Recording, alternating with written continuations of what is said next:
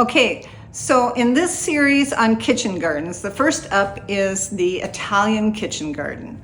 So step one in any of these kitchen gardens is to get the dimensions of the space you're working with, whether that be a balcony, a deck, or your backyard. And we're going to lay that out on grid paper or graph paper. Of course, yours is going to be different, but the basics need to be there.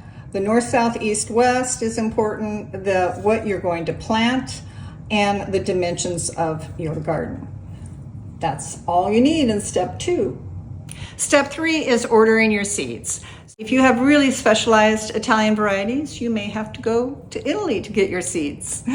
At any rate, this next step is really important. You lay out all your seeds and you group them according to when you're going to start them. Let me show you.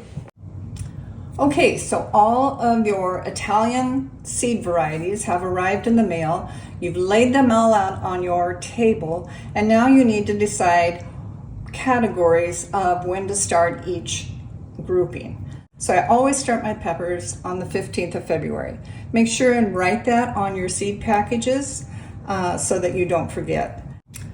The second grouping of Italian seeds that I will start are the tomatoes and the basil. And I have written March 15th, that's when I usually start it based on my last frost date here in Minnesota. The next grouping will be March 25th, and that's going to include broccoli, radicchio, and kale. Next up is the squash, summer squash and winter squash. And last but not least are the seeds that you will plant outside. And there you have it. You're ready to start your seeds.